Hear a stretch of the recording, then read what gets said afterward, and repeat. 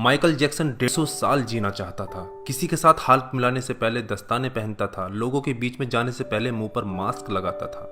उसकी देखरेख करने के लिए उसने अपने घर पर लगभग 12 डॉक्टर नियुक्त किए हुए थे, जो उसके सर के बाल से लेकर पांव के नाखून तक की जांच दिन प्रतिदिन किया करते थे। उसका खाना लेबोरेटरी में चेक होने के बाद उसे खिलाया जाता था। उसको व्यायाम कराने के लिए 15 लोगों को रखा हुआ था। माइकल जैक्सन अश्वेत था। उसने 1987 में प्लास्टिक सर्जरी करवाकर अपनी त्वचा को गोरा बनवा लिया था। अपने काले माँ बाप और काले दोस्तों को भी उसने छोड़ दिया। गोरा होने के बाद उसने गोरे माँ बाप को किराए पर लिया और अपने दोस्त भी गोरे बनाए। शादी भी गोरी औरतों के साथ की। नवंबर 15 को माइकल ने अपनी नर्स डेबी रो से विवाह किया, जिसने प्रिंस माइकल जैक्सन जूनियर और पेरिस माइकल कैथरीन को जन्म दिया। वो 150 साल तक जीने के लक्ष्य को लेकर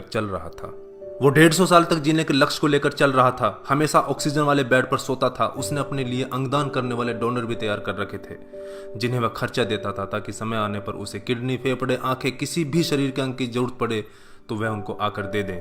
उसको लगता था कि पैसे और अपने रसूख के बदौलत मौत को भी चकमा दे सकता है, लेकिन वह गलत साबित हुआ। 25 जून 2009 को उसके दिल की धड़कन रुकने लगी। उसके घर पर 12 डॉक्टर्स की मौजूदगी में हालत काबू में नहीं आई। सारे शहर के डॉक्टर उसके घर पर जमा हो गए, वह भी उसे नहीं बचा पाए। उसने 25 साल तक बिना डॉक्टर से पूछे कुछ नहीं खाया था। अंत समय में उसकी हालत बहुत खराब हो गई थी। 50 साल तक आते आते वह पतन के करीब पहुंच गया था और जून 25, 2009 को वह इस दुनिया से चला गया। जिसने अपने लिए 150 साल जीने के इंतजाम कर रखे थे, उसका इंतजाम धरा का धरा रह गया दोस्तों। जब उसकी बॉडी को पोस्टमार्टम हुआ तो डॉक्टर ने बताया कि उसका शरीर हड्डियों का ढांचा बन चुका था। उसका सिर गंजा था, उसकी पसलियां, कंधे, हड्डियां टूट चुके थे। उसके शरीर पर अनगिनत सुई के निशान थे। प्लास्टिक सर्जरी के कारण होने वाले दर्द से छुटकारा पाने के लिए एंटीबायोटिक वाले दर्जनों इंजेक्शन उसे दिन में लेने पड़ते थे। माइकल जैक्सन की अंतिम यात्रा को लगभग 2.5 अरब लोगों ने लाइव देखा था। यह अब तक की सबसे ज्यादा देखी जाने वाली लाइव ब्रॉडकास्ट है। माइकल जैक्सन की मृत्यु के दिन यानी 25 जून 2009 को 3:15 पर विकिपीडिया, ट्विटर और इंस्टा मैसेंजर सभी क्रैश हो गए थे। उसकी मौत की खबर का पता चलते ही गूगल पर 8 लाख लोगों ने माइकल जैक्सन को सर्च किया। ज्यादा सर्च होने के कारण गूगल पर सबसे बड़ा ट्रैफिक जाम हुआ था और गूगल क्रैश हो गया था। 2.5 घंटे तक गूगल काम नहीं कर पाया था। मौत को चकमा देने की सोच रखने वाले हमेशा मौत से चकमा खा जाते हैं दोस्तों। कुल मिलाकर सार यही है कि बनावटी दुनिया के बनावटी लोग कुदरती मौत की बजाय बनावटी मौत ही मरते हैं। क्यों करते हो गुरूर अपने 4 दिन के ठाठ पर?